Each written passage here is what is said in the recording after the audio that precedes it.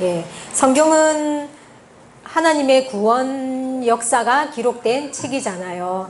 예, 구원을 받기 위한 그러한 방법이 기록되어져 있는 책인데, 이러한 내용 속에 어떤 하나님의 구원의 방식이 들어있는지 그런 것들을 깨닫지 못하면은 열심히 하나님 믿고 충성 봉사하고 지옥 갈 수도 있다는 그런 어떤 경각심을 우리가 가질 수 있어야 됩니다.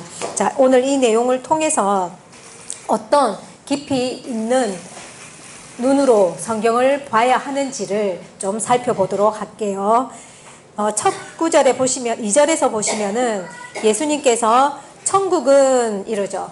그러니까 무엇에 대한 말씀인 겁니까?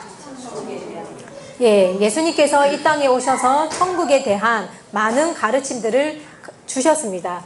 자, 여기에서 천국은 어떤 모양에다가 빗대어서 말씀하고 계시는 거예요? 예, 천국은 임금이 아들을 위하여서 혼인잔치를 베푸는 것과 같다, 이렇게 말씀을 하고 계시죠. 자, 우리가 생각하는 천국, 내가 상상하고 지금까지 내가 가르침을 받아왔던 그 천국의 모습과 예수님께서 천국에 대해서 말씀해 주시는 모습을 한번 지금 비교를 해보세요. 마음속으로. 비교가 되십니까? 네. 자, 이 천국에 대해서 예수님께서 이렇게 말씀을 하시면서 이 혼인잔치를 베풀었으니까, 혼인잔치를 배설했으니까 청한 자들이 하객이 있어야 되잖아요. 그래서 하객들을 초청을 하는데, 이 하객들이 순순하게 혼인잔치집에 들어가서 잔치에 참여를 한답니까? 안 한다 그러죠. 오라고 해도 각자 볼 일이 바빠가지고, 예, 오지를 않고, 또 오지 않는 것에서 끝나는 것이 아니라 자꾸만 오라고 족치니까, 예, 이 청한 자들이 승질이 나가지고는 이 보낸 종들을 쳐 죽여버리죠. 그래서 임금이 노하여서 이 청했던 자들을 진멸해버리고는 다시 사거리로 가서 아무나 이제 데리고 와라. 손에 잡히는 대로, 발에 걸리는 대로, 눈에 띄는 대로 이제 데리고 와라 해서 데리고 와서는 이제 손님들로 가득 채우게 되죠. 그러는 중에 이제 임금님이 이제 이 손님들을 이렇게 살펴보는 중에 예복을 입지 않은 자가 있어서 이 예복 입지 않은 자를 쫓아낸다. 이런 것이 천국이다라고 말씀을 하시는 거예요. 자, 우리는 천국 이러면은 한 번 가면은 나을 수 있다 없다? 한 번 가면 이제 영원히 예수님과 함께 살 것이다, 이렇게 생각을 하잖아요. 그런데 여기는 혼인잔치에 들어갔는데 예복을 입지 않았다는 것으로 쫓겨나는 일이 있다는 거예요. 그러면 천국에 간 것으로 지금 만족하면 된다는 거예요? 안 된다는 거예요? 안 된다라는 거죠. 그리고 이 천국에 그러니까 혼인잔치라고 표현했지만은 사실은 이 혼인잔치집이 천국이라는 것을 의미하는 거잖아요. 이 혼인잔치집에 사람들을 청하는데 여기가 하나님이 초청하는 천국이라는 걸 알면은 누가 과연 그 초청에 안 응하겠습니까? 그런데 간 크게 여기 사람들은 지금 초청에 응하지를 않고 있죠. 예, 그러니까 응하지 않는다라는 것도 우리가 생각해 볼 필요가 있다는 거예요. 그러면은 응하지 않는다는 것은 천국이라는 것을 알아본다는 거예요? 못 알아본다는 거예요? 못 알아본다는 뜻이 되는 거죠. 마태복음 13장에도 보시면은 천국은 밭에 감추인 보화와 같다는 거예요. 그러니까 보화면은 엄청 좋은 거잖아요. 그러니까 누가 보화를 봤을 때 이 보화를 덥석 안 가질 사람이 어디 있겠습니까? 그런데 어떤 상태라는 거예요? 감추어져 있다는 거예요. 밭에 감추어져 있어서 보화가 보이지를 않는다는 거예요. 그러니까 이 말씀이나 초청을 했는데 초청에 응하지 않는 것 또한 알아보지 못하고 보이지 않기 때문에 초청에 응하지 않는다라고 본다면은 비슷한 맥락의 말씀이라는 것을 알 수가 있겠죠. 예. 그러면은 우리가 상상했던 천국과 예수님께서 가르쳐 주시는 천국의 이 갭이 큽니까, 작습니까? 크다는 거예요. 크다는 거예요. 자, 어떤 천국을 바라보셔야 될까요? 예. 자, 이 갭을, 예수님이 말씀해 주시는 천국과 내가 지금까지 상상해왔던 그 천국의 갭을 이제 이 말씀을 통해서 우리가 줄여가고 어디에다가 맞춰야 되느냐? 예수님께서 말씀해 주신 이 모습에다가 우리가 맞추어야 되겠다라는 겁니다. 자, 이러한 일이 우리는 천국 하면 이제 하늘을 생각하잖아요. 그러면 이러한 일이 청함을 받고, 청하는데 청함을 안 받고, 진멸하고, 또 예복을 입지 않아서 쫓아내고, 뭐 이런 일들이 하늘에서 가능한 일입니까? 땅에서 가능한 일입니까? 하늘에서 쫓아나면 어떻게 됩니까? 땅으로 뚝 떨어져야 되잖아요. 예. 그러니까 이것은 이런 일 자체가 하늘에서 일어날 수 있는 일이 아닌 거예요. 그러니 이 천국을 우리는 어디로 생각을 하면 된다, 안 된다? 하늘이라고 생각을 하면 안 되고 어디에서 일어나는 일? 예, 땅에서 일어나는 일. 지금 내가 살아가고 있는 이 현실 세계에서 일어나는 일이다라고 바라본다면은 이 천국도 어디의 천국이다? 예, 하늘에 죽어서 가는 저 영혼이 가는 천국이 아니라 육체를 가지고 살아가고 있는 이 현실 세계에 이루어질 천국이다라는 것을 우리가 명심해야 된다는 겁니다. 뜻이 하늘에서 이룬 것 같이 땅에서도 이루어지다라고 했잖아요. 하늘에 이루어져 있는 것이 무엇이겠습니까? 하늘에 하나님이 계시잖아요. 하나님이 계신 곳을 천국이라고 한다면은 하늘에 이루어져 있는 이 천국을 똑같이 어떻게 하겠다는 거예요? 예, 땅에도 똑같이 천국을 만들겠다라는 뜻이니까 하늘에 갈 천국도 물론 소망을 해야 되지만은 지금은 내가 살아있을 때니까 살아있는 이 땅의 천국을 우리가 바라보고 또 이 땅의 천국을 찾을 줄도 알아야 된다는 겁니다. 자, 그러면은 이제 천국의 개념이 조금 이제 달라지는 거 아시겠죠? 예, 그 천국에 대한 인식을 이제는 받고 가야 되는 겁니다. 그러니까 우리가 패러다임의 전환이다 그러죠. 예, 천국에 관한 패러다임의 전환이 이제부터는 필요합니다. 자, 배운 거는 배운 대로 생각해야지. 배워놓고는 자꾸 또 내가 상상하던, 그 전에 알고 있던 천국의 모습을 자꾸 소망하면은 안 되겠죠. 예, 자, 어쨌든 예수님께서 천국에 대해서 이렇게 이제 말씀을 하고 계시는데, 이제 예수님께서, 잔치를 베풀어서는 이제 사람들을 초청을 하는데, 4절에 보시면은 다시 다른 종들을 보내며 가로되 청한 사람들에게 이르기를 내가 오찬을 준비하되 나의 소와 살찐 짐승을 잡고 모든 것을 갖추었으니 혼인잔치에 오소서 하라 하였다는 거예요. 자, 이 혼인잔치집에 임금이 무엇을 갖추었다고 합니까? 오찬으로 무엇을 갖추었다는 거예요? 예, 나의 소와 살찐 짐승이죠. 오찬이 뭔지 아시죠? 점심 식사입니다. 예, 조찬은요? 조찬, 오찬, 만찬은 저녁이죠. 그렇게 생각하시면 됩니다. 이제 잔치는 보통 낮에 하니까 이제 오찬으로 나의 소와 살찐 짐승을 준비해 놓고는 청한 자들을 오라는 거예요. 자, 여기에서 우리가 조금 오늘 이제 살펴보려고 하는 거는 이 오찬이에요. 나의 소와 살찐 짐승이에요. 자, 천국을 혼인잔치를 베푸는 것으로 비유를 해서 표현을 하셨잖아요. 그죠?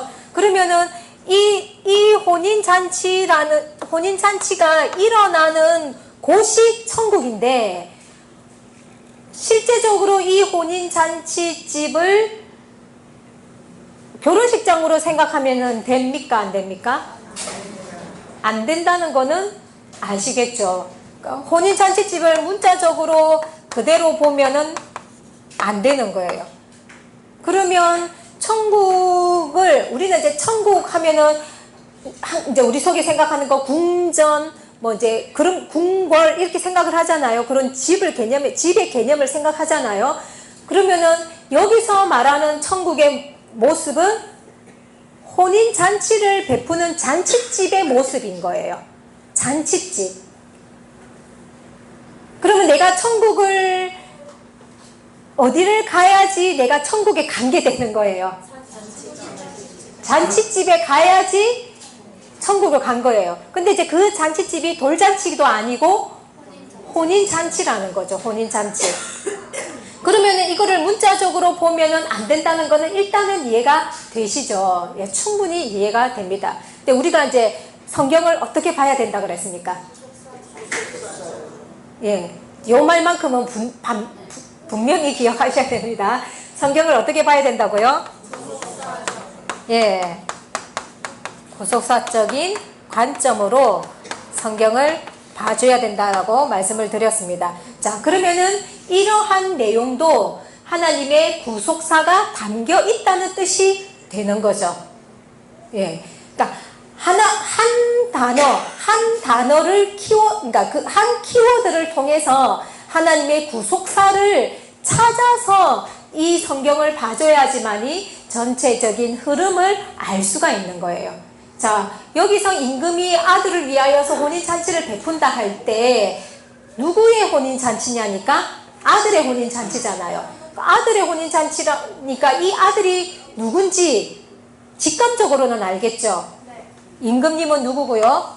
하나님이고 아들은 예수님이다 라는 것을 우리가 직감적으로는 알 수 있어요.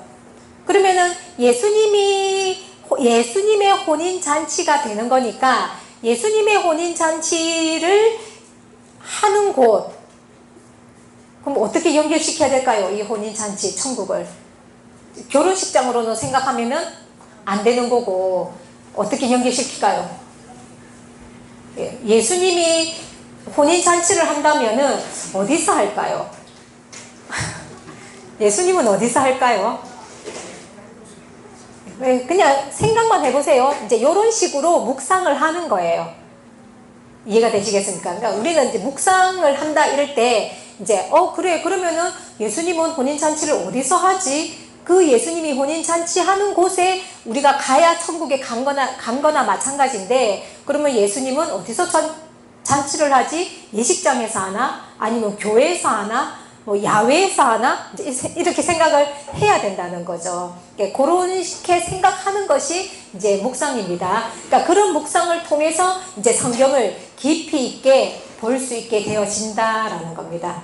묵상도 이제 예전에 해오던 그냥 좀 은혜 받던 식의 그냥 이렇게 두리뭉실한 묵상, 어떤 교훈적인 묵상도 좋지만은 우리가 더 깊이 있게 하기 위해서는 이런 좀 육하 원칙에 의거한 묵상을 해줄 때에 훨씬 더 깊이 있게 하나님의 말씀을 깨달을 수 있다는 것을 또 생각해 보시면 좋겠습니다.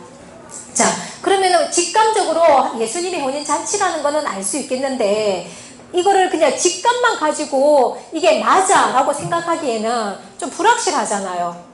불안할 수 있잖아요. 그렇죠? 내 직감이 다 맞으라는 법이 없는 거니까. 그러면은 성경적인 근거가 있어야 되겠죠. 예. 그래서 혼인잔치라는 키워드의 그 구속사를 한번 보면 되는 거예요. 어떻게 연결이 되어지는지를 보면은 이제 우리 구속사의 줄거리가 지금 이제 예수님께서 하시는 말씀이잖아요. 그러니까 예수님은 2000년 전에 초림의 예수님이니까 그때는 구속사의 끝이에요, 중간이에요?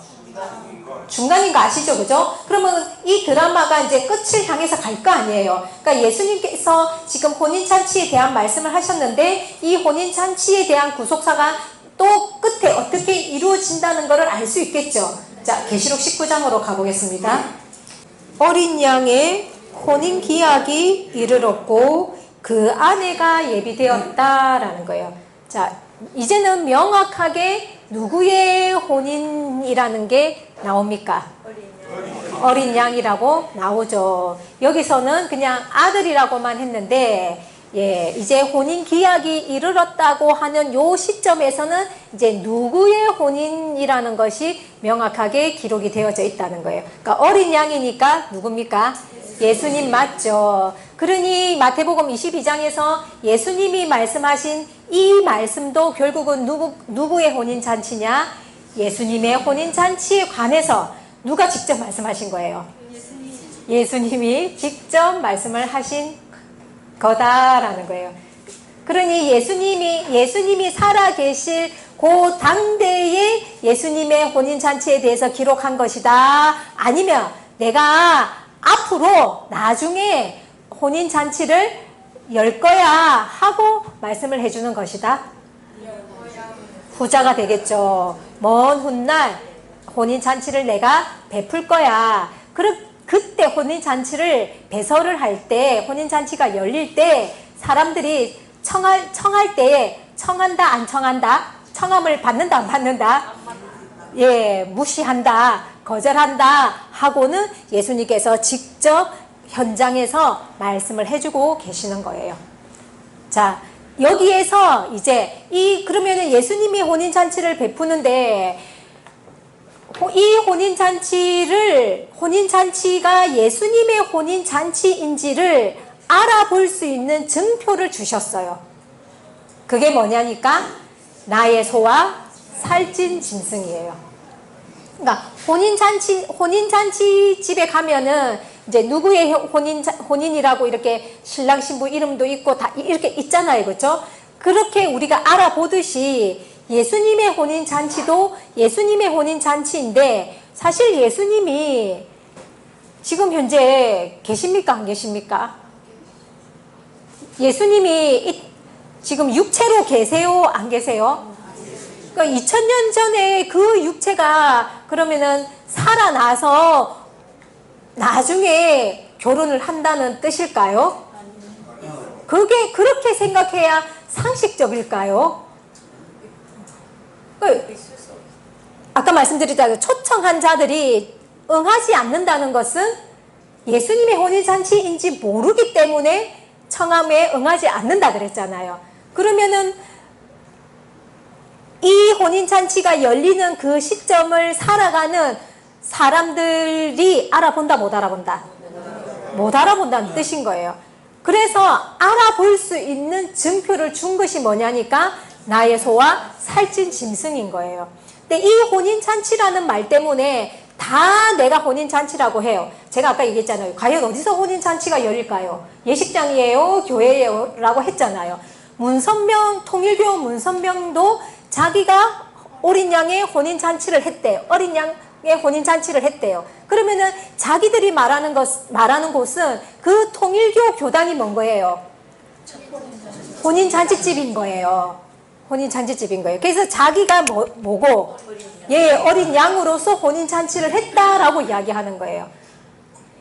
안상홍은요? 안상홍도 그런 격이에요. 그리고 저기 누구냐? 신천지도 그러니까 자기가 뭐라는 거예요? 예, 자기가 어린 양으로서 어린 양의 혼인잔치를 했다. 그러면은 신천지가 뭐가 되는 거냐? 혼인잔치집이 되는 거예요. 그러니까 각자가 다 내가 우리 교회가 다 뭐라는 거예요? 예, 혼인잔치집이다라고 말하는 격이다라는 거예요. 그래서 이제 거기 보면은 계시록에 이렇게 보면은 또 이제 그 혼인잔치에 대한 그 내용을 근거로 해서 통일교 같은 경우에는 뭐를 합니까? 단체 결혼을 하잖아요. 그죠? 그러니까 그러니까 그렇게 단체로 몇백 상씩 이제 이렇게 결혼식을 올리는 그것도 이 나름의 자기들의 성경을 근거로 해서 자기들도 그런 모양으로 하고 있는 거예요. 그러면은 그 모양이 성경에서 말하는 모양이 맞다면은 거기 안 간 우리는 뭔 거예요? 천국 못 가는 거예요. 예. 그래서 뭐가 중요하냐니까 해석이 중요한 거예요. 그러니까 통일교는 이 혼인잔치에 대한 해석을 뭘로 한 거예요? 문자적으로 한 거예요. 문자적으로. 자, 기억나시는지 모르겠는데 지난 시간에 해석에 대한 여러 가지 방법들을 몇 가지 말씀을 드렸죠. 문자적인 해석, 뭐 영적인 해석, 기독론적인 해석 이런 말씀을 드렸잖아요. 그렇죠? 근데 통일교를 비교해서 본다면은 무엇으로 해석을 한 거냐? 문자적인 해석으로 그 혼인잔치를 해석해서 실제적인 혼인으로 이끌어 가더라라는 겁니다. 그러면은 거기가 진짜 혼인잔치집이라면은 뭐를 내놓을 수 있어야 되느냐니까 나의 소와 살찐 짐승을 내놓을 수 있어야 되는 거예요. 그래서 우리는 다른 거는 아무것도 몰라도 뭐만 하나만 기억해도 된다. 예, 나의 소와 살찐 짐승만 우리가 알고 있어도 혼인잔치집인지 아닌지 분별할 수가 있더라는 겁니다. 신천지 가서 우리가 혼인잔치집이에요 라고 이야기하면 그러면 나의 소와 살찐 짐승이 뭐예요? 내놓으세요 하고 말할 수 있어야 되는 거예요. 그렇게 해서 물었는데 대답을 못해요. 그럼 어떻게 되는 겁니까? 예, 혼인잔치집이 아니라는 뜻이 되는 거다라는 거예요. 그래서 하나님은 항상 확인할 수 있는 증표들을 하나님은 이 성경 속에는 항상 담아 놓았다는 거예요. 그러니까 우리가 성경을 허투루 봐서 제대로 못 찾아서 그런 거지. 그러니까 만약에 문선명이도 이 나의 소와 살찐 짐승에 대한 개념을 이 단어가 눈에 들어왔더라면은 이 문장이 눈에 들어왔더라면은 그럼 이것도 갖춰야 되겠네 하고 뭔가를 만들어냈겠죠. 그죠? 모르겠어요. 자기들의 그것까지는 제가 안 들어봐서 모르겠는데 뭐 자기들만의 어떤 교리가 나의 소와 살찐 짐승에 대한 교리가 있을 수는 있을 거예요. 그런 게 만약에 있다 치더라도 이게 맞는지 안 맞는지 또 분별해야 될 거 아니에요. 거짓인지 참인지. 그죠? 그래서 우리가 분별할 수 있기 위해서는 각자가 나름대로의 논리를 갖고 펼칠 때 사실 우리가 그 논리를 이해한다는 게 어디서 잘못됐는지를 안다는 게 사실은 쉽지가 않거든요. 그러니까 그 쉽지 않은 것을 해주는 게 뭐냐니까 이 구속사적인 관점인 거예요. 그러니까 요걸로만 볼 수만 있으면은요, 그들이 말하는 논리가 맞는지 안 맞는지는 사실은 분별이 되는 거예요. 그래서 오늘 중요한 예수님의 잔치집인 이 증표, 나의 소와 살찐 짐승이 무엇인지 구속사적인 관점으로 한번 찾아보도록 하겠습니다. 자, 여기서는 소지요, 소. 그러면은 이 소에 대한 구속사를 찾아보면 되는 거예요. 그러니까 소가 나오는 구절들을 찾아보면 되는 거예요. 그런데 이제 소에 대한 이야기들이 뭐 이래저래 좀 군데군데 이제 많이 나오는데 그 모든 거를 찾아보려면 힘드시니까 제가 대표적인 것들만 역사적으로 찾아봐 드릴게요. 창세기 41장에 보시면은 어떤 내용이 나오냐면은 바로왕이 꿈을 꿉니다. 바로왕이 꿈을 꾸는데 살찐 소 7마리가 나오고 마른 소 7마리가 나오죠. 이 내용 들어보신 적 있으시죠? 그래서 살찐 소 7마리, 마른 소 7마리. 그래서 살찐 소가 마른 소를 잡아먹어버리고 또 마른 소가 살찐 소를 잡아먹어버리고 하는 꿈을 꾸는 거예요. 자, 이제 그러니까 왕이 꿈을 꾼 거죠. 왕이 꿈을 꾸니까 왕은 나라 전체를 다스리는 왕이잖아요. 그러다 보니까 이 왕이 꿈을 꿨을 때 이게 뭔가가 의미가 있겠다라는 생각을 하는 거예요. 그러니까 나라를 다스리는 왕은 꿈을 꾼다면은 나라의 어떤 국운에 관련된 거, 흥망성쇠에 관련된 어떤 힌트를 주는 꿈을 꿀 수도 있잖아요. 그죠? 우리도 개인적으로 꿈을 꿀 때, 예지몽이라 그러잖아요. 그죠? 그런 어떤 뭔가의 개인의 꿈도 좀 뭔가의 의미 있는 꿈을 꿀 때가 있는데, 이 개인의 꿈은 대체적으로 내 개인한테 해당되는 꿈이잖아요. 개인, 내가 꾼 꿈이니까 내 개인이라든지 아니면 뭐 우리 가족이라든지 그런 정도의 어떤 뭔가를 좀 이렇게 알리는 꿈을 꿀 수가 있죠. 근데 이제 왕이니까 이 왕은 왕의 일신상의 문제보다는 이 국가 전체의 어떤 국운에 대한 그런 이제 꿈을 꾸기도 하는 거예요. 그래서 이 우리가 이제 각자 다 꿈을 꾸시는데 이 꿈도, 그러니까 개꿈도 있죠. 개꿈도 있는데 내가 진지하게 살면은요, 꿈도 진지한 꿈을 꿔요. 이 꿈도 우리 이 잠재된 이 무의식 세계가 뭘로 나타나느냐? 꿈으로 나타나거든요. 그래서 이제 이거를 알고 나니까요, 제가 꿈을 꾸잖아요. 그러니까 꿈 내용을 생각하면은 이제 신경이 쓰이는 거예요. 아, 내 상태가 지금 이렇구나 하고 저는 이렇게 참고하는, 이렇게 저의 어떤 영의 상태를 참고하는 자료로 저는 저 같은 경우는 좀 쓰거든요. 그래서 뭐 평소에 이제 안 꾸던 꿈을 꿨잖아요. 그러면은 아, 내가 좀 이만큼 성장했나? 아, 내 의식 세계가 좀 바뀌었나 보다. 이런 식으로 이제 생각을 하는데, 여러분들도 그런 꿈을 통해서 여러분들의 정신세계를 이렇게 측정하는 그런 자료로 삼아도 도움이 되실 거예요. 자, 이렇게 꿈을 꾸니까 이제 이게 뭔가가 뭔가가 있겠다라는 생각이 드니까 이제 이 꿈을 해몽하기를 원했죠. 그래서 요셉이 이 꿈을 풀어줍니다. 어떻게 풀어줬습니까? 혹시 아십니까? 이 꿈의 뜻이 뭐였습니까? 그렇죠. 7년 풍년과 7년 흉년을 예고하는 꿈이었잖아요. 그러니까 예시몽이 맞는 거죠. 나라 전체에 필요한 그 꿈을 꾼 거예요. 그래서 그 꿈을 해석함으로 말미암아서 요셉이 총리로 등극을 하게 되어졌죠. 뭐 하나로?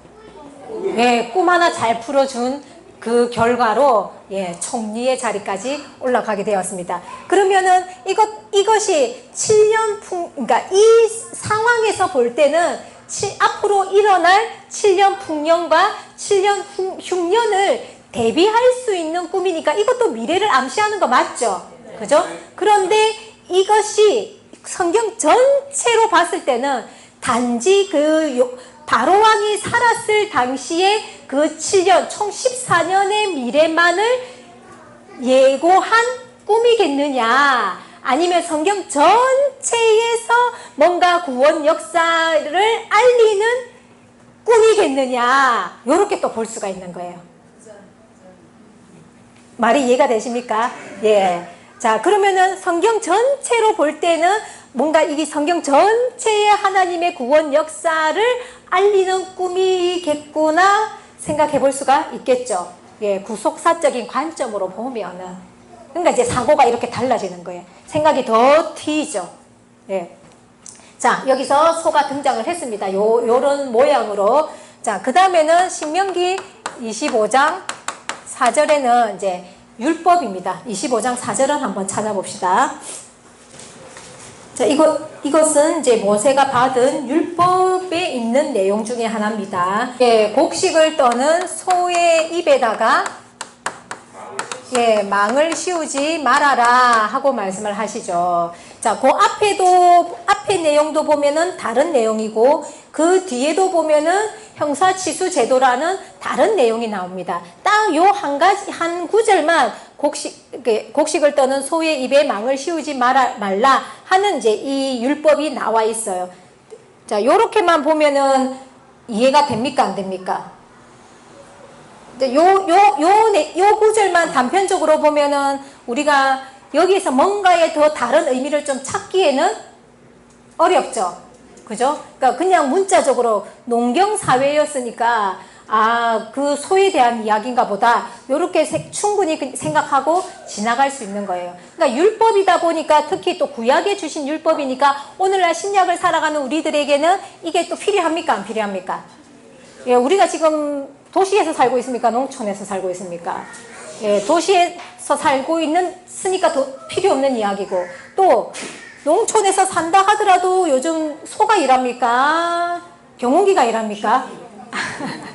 기계로 하잖아요. 그렇죠? 그러니까 그래도 맞춰봐도 이거는 굳이 필요 없는 이야기인 거예요. 그러니까 이제 우리 신앙인들이 이것은 구약시대의 산물이야 하고는 이제 쓰레기통에 쳐넣어버리고 우리하고는 상관없는 말씀으로 여기면서 이런 율법이 있었는지조차도 기억하지 못하고 그냥 신앙생활을 해가고 있는 거예요.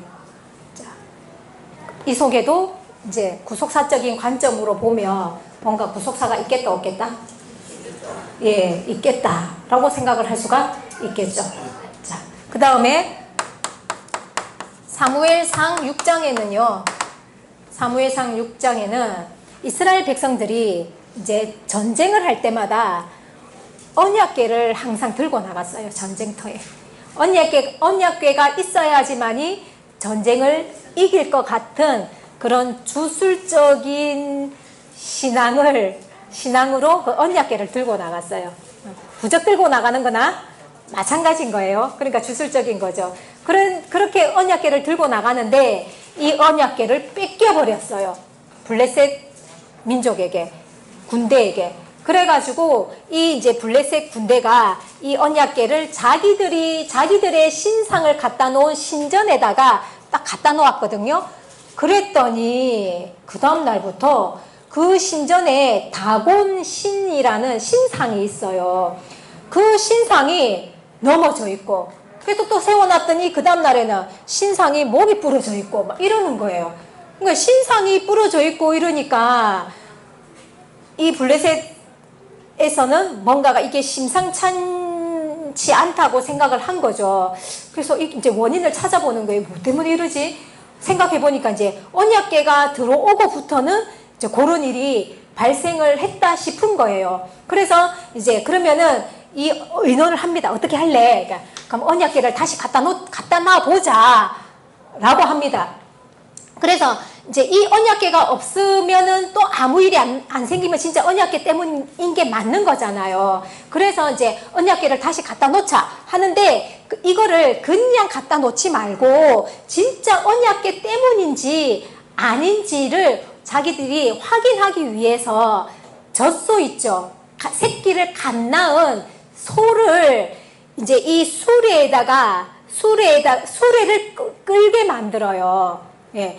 그래서 이제 이 소가 이제 수레에다가 언약궤를 지고 이제 가는데 이 소는 한 번도 그 이스라엘의 그 진영까지 가본 적이 없는 소인 거예요. 그러니까 가본 적이 없는 이 소가 자기들이 가르쳐 주지도 않았는데도 그 진영까지 가면 이거는 언약궤 때문이야 라고 이제 자기들이 생각을 하기로 결정을 한 거예요. 그래서 이제 소에다가 언약궤를 지우고 가는데 이 소가 좌우로 치우치지도 안 하고 우로 치우치지도 안 하고 곧바로 그 이스라엘의 진영 앞에 딱 가는 거예요. 이제 그 블레셋 군대들이 이제 지켜봤죠. 그럼 맞는 거예요. 그래서 이제 이스라엘 백성들은 야 언약궤가 돌아왔다 이러면서 이제 다시 좋아가지고 언약궤를 갖다 놓고 이제 블레셋은 돌아가고 이런 일이 있었습니다. 그리고 나서 이제 이 소는 어떻게 되었느냐? 이 소는 하나님께 제물로 드려졌어요. 이제 결말이 좀 슬픈 것 같지 않습니까? 예. 새끼를 갓 낳은 소니까 얼마나 자식에 대한 젖도 먹여야 되고, 그죠? 그러니까 그런 생각이 있는 소인데, 예, 이 소가 이제 언약궤를 메고는 이제 우리가 잘 알고 있는 베세메스로 향하는 소, 우리 잘 알고 있잖아요. 예. 그래서 이 소가 언약궤를 메고 가는 요런 이야기가 예, 사무엘상에 기록이 되어져 있습니다. 나중에 또 한번 찾아보시면 좋겠죠. 자, 이렇게 이제 소의 이야기들이 자, 이렇게 이제 시대별로 이렇게 흘러가고 있는 거예요. 그러다가 이제 예수님께서 마태복음 아까 22장에서 뭐라고요? 4절에 예. 이 혼인잔치집에 나의 소를 잡아 놓았다라고 이제 이야기를 하는 거예요.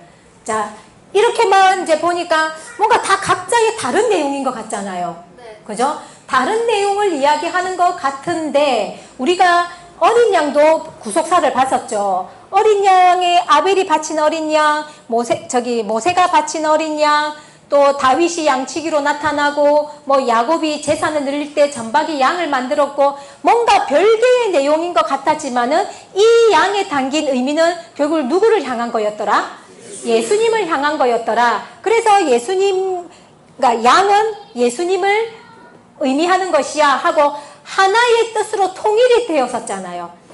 그런 것처럼 이것도 각자 보면은 마치 다른 내용인 것 같은데 이것도 쫙 풀어보면은 그러니까 양이 어린 예수님을 의미하는 것처럼 한 가지의 의미로 뜻으로 이렇게 흘러간다는 것을 알 수가 있어요.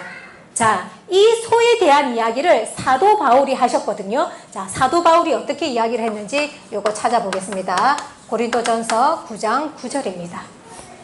신명기 25장 4절의 말씀을 지금 사도 바울이 인용을 한 겁니다. 그때의 말씀을 가지고 와서 그렇게 기록이 되어져 있잖아. 이렇게 이제 이야기를 하는 겁니다.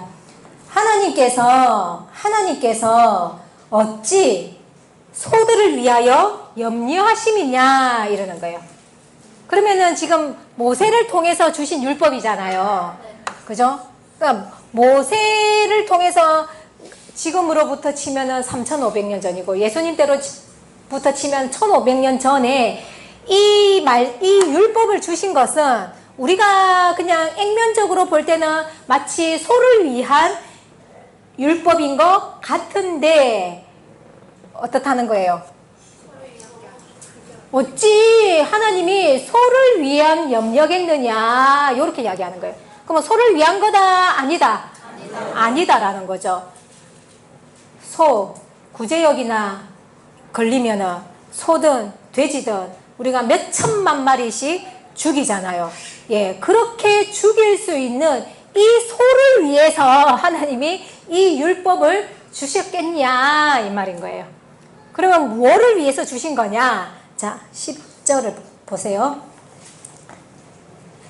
10절 봅니다. 전혀 우리를 위하여 말씀하심이 아니냐. 과연 우리를 위하여 기록된 것이니 이러는 거예요. 이해가 됩니까 이 말이? 예. 자, 그러면 소에 대한 게 아니다. 무엇을 위한 거다? 우리를 위한 거다라는 거예요. 우리를 위한 거다. 여기서 말하는 우리가 누구겠습니까? 사도 바울. 그렇죠. 사도 바울.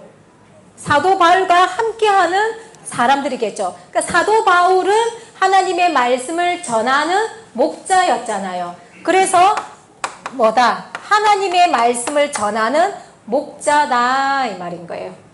그러니까 그러니까 목자가 밭을 가는 거죠. 씨를 뿌리고 밭을 가는 것을 소들이 하잖아요. 소가 하는 것처럼 우리 영적인 씨를 뿌리고 이 교회가 밭이라는 거죠. 이 밭을 갈고 하는 그 운영하는 것을 빗대어서 목자를 뭐라고 했다? 예, 소라고 지금 말씀을 하시는 거예요. 그러니까 소의 입에다가 망을 씌우면은 소가 뭘 못 먹잖아요. 그죠? 그러니까 농사 지을 때 소가 곡식 뜯어 먹을까봐 하신 말씀이 아니라 목자의 입에다가 뭐를 씌우지 말라. 예, 망을 씌우지 말라. 그러니까 말 못하게 하지 말아라 라는 의미도 되겠죠. 예. 자, 요렇게 지금 사도 바울이 신명기 25장 4절의 말씀을 갖고 와서 지금 뭐 해주는 거냐? 해석해주고 있는 거예요. 해석. 기억나시죠? 그래서 신약은 구약의 주석이다 그랬잖아요. 그러니까 신약 책이 가지는 용도가 구약의 주석인 거예요. 그러니까 구약의 뜻을 알고 싶으면 어디에서 찾으면 되느냐? 예, 신약에서 찾으면 되는데 이것을 이제 구속사적인 흐름 속에서 보면은 더 부분적으로 보는 것보다는 더 뜻이 명확해진다라는 뜻인 거예요. 자, 이제 밑에 보시면은 밭가는 자는 소망을 가지고 갈며 곡식 떠는 자는 함께 얻을 소망을 가지고 떠는 것이라 하면서 밭가는 자 누구? 목자는 소망을 가지고 갈고 곡식 떠는 자는 함께 얻을 소망을 가지고 떤다 하고 지금 말씀을 하시는 거예요. 자, 한 구절만 더 볼게요. 디모데전서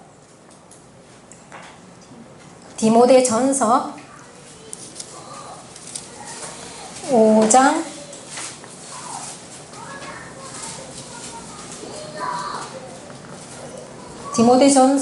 18절. 거기에서도 한 번 더 말씀을 하고 있어요. 18절에 보시면 성경에 일렀으되 곡식을 밟아 떠는 소의 입에 망을 씌우지 말라 하였고 또 일꾼이 그 싹을 받는 것이 마땅하도다 하였느니라.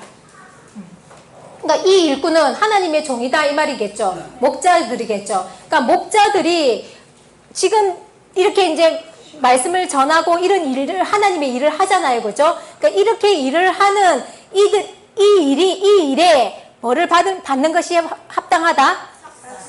싹을 받는 것이 합당하다. 그러니까 성도들이 목자 먹여 살리는 것이 합당하다라고 이야기하는 거예요. 그래서 목사님들이 이런 걸 가지고 어떻게 하라? 악용하는 거죠. 선하게 사용을 해야 되는데 왜? 성경에 있는 내용이니까. 성경에 있는 내용이니까 선하게 사용을 맞지만은 선하게 사용을 해야 되는데 자기의 성도들을 통해서 배를 불리우는 쪽으로 사용을 하다 보니까 이런 말하기가 불편한 게 돼버려서 그렇지. 그런 의미로 이 말씀을 주신 거다. 이 율법을 주신 거다 이 말인 거예요. 이해됐죠? 자, 그러면은 소라는 것은 이 소는 우리 하나님의 일꾼, 하나님의 종, 목자라는 의미를 담아서 이 말씀을 하셨다 이 말인 거예요. 이해되시겠습니까? 자, 소라는 게 그러니까 구약 때 율법에 보면은 제물로 제사 드릴 때 제물로 바쳐진 대표적인 짐승이 소하고 양이었잖아요. 대표적인 짐승이 그죠? 근데 이때 이제 양은 누구를 이야기하는 것이고 예수님을 이야기하는 것인데 소도 그런 입장에서 보면은 예수님도 소가 되는 거예요? 안 되는 거예요? 예수님도 목자잖아요. 그러니까 소의 입장이 되는 거예요. 그런데 이제 여기서는 뭔가 조금 구분을 주셨는지 양은 정확하게 누구라고? 예수님을 향해서 어린 양이다 하고 외쳤고 소라고는 말씀을 하지는 않았어요. 그러나 의미적으로 보면은 예수님이 양도 되시고 소도 되는 그런 입장이다 이 말인 거예요. 이제 깊이 들어가면은 뭔가 양과 소도 조금 분류한 이유가 있을 수도 있겠죠. 요것도 또 구속사적으로 들어가면 또 한 차원 깊이 또 들어가는 거예요. 자, 그러면은 이제 요거를 이제 연결시켜서 이제 해석을 해보시면 되는 거예요. 그러니까 요거는 이제 금방 해석했잖아요. 그러니까 됐고. 그러면은 이 소가 언약궤를 끌고 간다는 이 소는 뭐라는 거예요? 목자잖아요. 그러니까 목자가 뭐를 끌고 간다는 겁니까? 언약궤 하면 딱 생각나는 게 있어야죠. 뭐가 생각납니까? 성소, 지성소, 언약궤, 성막이 생각이 나야죠. 근데 왜 이 목자가 성소를 끌고 돌튀었습니다. 성소를 끌고 갈 수도 있잖아요. 지성소를 끌고 간다고 할 수도 있잖아요. 그런데 이 소는 뭐를 끌고 간다는 거 합니까? 언약궤를 끌고 가는 소라는 겁니다. 의미심장한 뜻이 있을 것 같습니까? 없을 것 같습니까? 있을 것 같습니다. 영적으로 느낌이 오시죠? 자, 이 소가 나중에는 어떻게 된다고요? 제물로 바쳐진다 그랬잖아요. 이게 목자들의 사명인 거예요.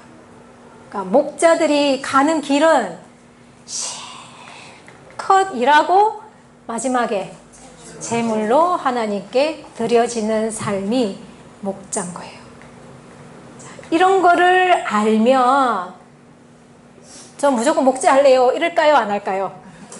하지도 않을 뿐더러 또 이런 것을 알면은 목자로서의 어떤 자질이라든지 이런 것들을 제대로 만들어 갈 것이다 라는 거예요. 그러니까 성경을 얼마나 깊이 아느냐에 따라서 목자도 목자의 구실을 제대로 해가느냐 아니면 정말 자기 배만 채우는 식으로 성도들을 헌금 내는 도구로나 사용하면서 하루살이는 뱉어내고 낙타는 삼키는 그런 목회를 하느냐가 나오는 거예요. 내가 가야 할 길이 이 길인 줄을 알면은 절대로 함부로 할 수가 없죠. 자, 우리 중에서도 이제 앞으로 목자를 해야 될 사람들이 많이 나올 거 아니에요. 여기 계시는 분들은 전부 다 평신도로 있을 분들이 아니잖아요. 그러니까 내가 내 마음속에 나는 사명자의 길을 갈 거야. 나 사명자가 될 거야. 라는 생각이 있으신 분들은 반드시 이 베세메스로 가는 소의 끝을 마음속에 담으시고 이것이 내가 가야 할 길이야 하고 가야지 일비 하지 않고 또 사람들에게 박수 받으려고 하지를 않는다는 거예요. 하나님께 박수 받아야 되잖아요. 사람한테 박수 받고 하나님한테 박수 못 받으면 그건 지옥 가는 겁니다. 예. 그러니까 내 마음에서 사람들한테 칭송받고 싶고 칭찬받고 싶고 박수 받고 싶은 그런 마음들 솔직히 우리 있습니까 없습니까? 있잖아요. 근데 목자가 될 사람은요 그런 마음들을 다 제거해 가야 되는 거예요. 하루아침에 됩니까? 안 되죠. 예. 그러니까 평생 가업으로. 그러니까 저는 지금 이 길을 가는 사람이잖아요. 그죠? 그러면 저도 마음에서 그런 마음이 왜 안 일어나겠습니까? 그럴 때마다 어떻게 박수 받으면 안 돼. 사람들한테 칭찬 들으려고 하면 안 돼. 이러면서 마음을 자꾸만 제거해 가는 거예요. 그런 씨앗들을 제거해 가는 노력을 하는 거예요. 그러니까 말씀을 알아야 노력을 해도 바른 쪽으로 노력을 하지 엄한 쪽으로 노력하면은 진짜 노력하는 게 쉬운 게 아니잖아요. 그러니까 그 실컷 노력하고 낭패 볼 수 있다는 거 정말 우리 신앙인들은 깊이 생각을 하셔야 됩니다. 자, 목자 이해가 되시겠습니까? 아니 소 이해가 되시겠습니까? 예, 소는 무엇을 이야기하는 거라고요? 예, 목자를 이야기하는 것이다. 그래서 이 또한 그런 뭔가의 이제 소니까 목자에 대한 이야기겠구나 하고 느낄 수가 있죠. 그러니까 처음에는 이제 이 내용상으로는 7년 풍년과 7년 흉년의 미래를 알려준 거니까 뭔가 목자하고는 상관없는 것 같잖아요. 그런데 이제 성경 전체의 구속사로 본다면은 이 7이라는 숫자, 이 목자라는 것에 대한 구속사가 또 따로 있는 거예요. 복잡하죠? 그러니까 이 구속사를 또 가보면은 이제 이것에 대한 실체가 딱 나오는 거예요. 뭐를 갖고 이야기하시는 건지 나오는 거예요. 이거는 이제 계시록으로 가서 연결해야 돼요. 우리가 지난 시간에 10이라는 숫자에 얽힌 드라마 봤죠? 야곱의 12아들, 예수님의 12제자, 또 12지파라는 이 12가 갖는 그 의미가 있었던 것처럼 이 7이라는 숫자도 7이 가는 또 드라마가 있는 거예요. 그러니까 이 드라마가 어디로 이어지는지를 보면은 이 창세기 바로 왕의 꿈이 어디를 향한 것이라는 것을 알 수가 있는 거예요. 그거는 또 조금 이따가 보도록 하겠습니다. 자, 일단 소에 대한 구속사는 여기까지입니다.